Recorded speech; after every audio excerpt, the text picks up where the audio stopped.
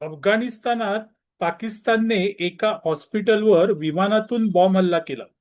या हल्ल्यात 500 पेक्षा जास्त निरपराध माणसं मारली गेली. ज्या पाकिस्तानी लढाऊ विमानाने हा बॉम्ब हल्ला केला होता त्याचा पायलट हुसेन इक्बाल होता. या हल्ल्याचा बदला घेण्याचे अफगाणिस्ताननं ठरवलं. त्यानंतर त्यांनी आपले धुरंधर पाकिस्तानमध्ये कार्यरत केले. हा हुसेन इक्बाल आपल्या ऑफिसमध्ये जात असताना अफगाण धुरंधरांनी म्हणजेच अज्ञात व्यक्तींनी त्याच्यावर गोळ्या झाडल्या. त्यात तो जागीच ठार झाला.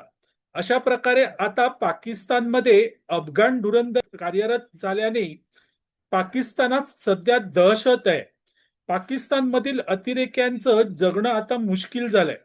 भारत विरोधात दहशतवादी कारवाया करणाऱ्या अतिरेक्यांना अज्ञात व्यक्तींनी 72 हुरांकडे पाठवणं सुरुवात केलेलं आहे.